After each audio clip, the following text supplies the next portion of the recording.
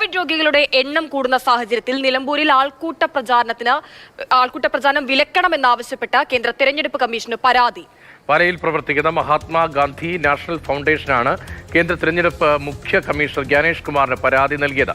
രാജ്യത്തെ 24 മണിക്കൂറിനുള്ളിൽ 5575 കോവിഡ് കേസുകൾ, അതിൽ 19 കേസുകൾ റിപ്പോർട്ട് ചെയ്തത് കേരളത്തിൽ മാത്രമാണ് എന്നുൾപ്പെടെയുള്ള കാര്യങ്ങൾ ചൂണ്ടിക്കാണിച്ചുകൊണ്ടാണ് ഈ പരാതി നൽകിയിരിക്കുന്നത്. വിവരങ്ങൾ നൽകാനായി ഷിനോജ് ജസ്റ്റിസ് ചേരുന്നുണ്ട്. ഷിനോജ്, ഗൗരവമുള്ള ഒരു വിഷയമാണ്. രാജ്യവ്യാപകമായി കോവിഡ് കേസുകൾ വർദ്ധിക്കുന്നുണ്ട്, കേരളത്തിലും വർധനയുണ്ട്, മരണം വരെ റിപ്പോർട്ട് ചെയ്തിട്ടുണ്ട്. എന്താണ് പരാതിയിൽ പറയുന്ന കാര്യങ്ങൾ?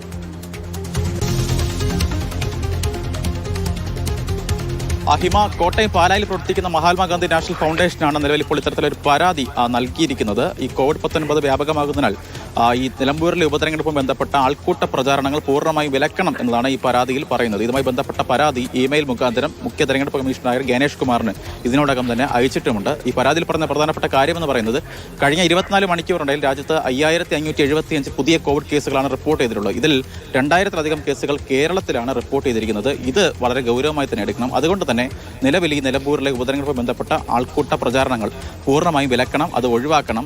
മാത്രമല്ല, രാഷ്ട്രീയ കക്ഷികൾ ഇതുമായി ബന്ധപ്പെട്ട് പെട്ടെന്ന് തന്നെ ഒരു തീരുമാനത്തിലേക്ക് എത്തണം എന്നതാണ് ഈ പരാതിയിൽ പറയുന്നത്. മറ്റ് ചില മാർഗങ്ങൾ രാഷ്ട്രീയ പാർട്ടികൾ തേടണം. പ്രത്യേകിച്ച് സാമൂഹിക മാധ്യമങ്ങൾ വഴിയും അതുപോലെ തന്നെ മൊബൈൽ ഫോൺ വഴിയും തെരഞ്ഞെടുപ്പ് പ്രചാരണത്തിന് പുതിയ മാർഗങ്ങൾ കണ്ടെത്തണമെന്നും ഈ പരാതിയിൽ പറയുന്നുണ്ട്. പരാതിയിൽ തെരഞ്ഞെടുപ്പ് കമ്മീഷനാണ് അത് പരിഗണിക്കേണ്ടത്. പക്ഷേ ആ നിലയിലൊക്കെ ആശങ്കപ്പെടേണ്ട സ്ഥിതിയൊന്നും ആയിട്ടില്ല. ഈ കണക്കുകൾ കാണുമ്പോഴും അതുമായി ബന്ധപ്പെട്ട വിവരങ്ങൾ വരുമ്പോഴും അങ്ങനെ ആശങ്കാജനകമായൊരു സാഹചര്യമൊന്നും നമ്മുടെ നാട്ടിൽ കോവിഡുമായി ബന്ധപ്പെട്ട് വീണ്ടും ഉരുത്തിരിഞ്ഞിട്ടില്ല. ഇപ്പോഴും സംഘടനയുടെ ഭാഗത്തുനിന്ന് അത്തരമൊരു ആശങ്ക അവർ പ്രകടിപ്പിച്ചുകൊണ്ട് പരാതി നൽകിയിരിക്കുകയാണ്.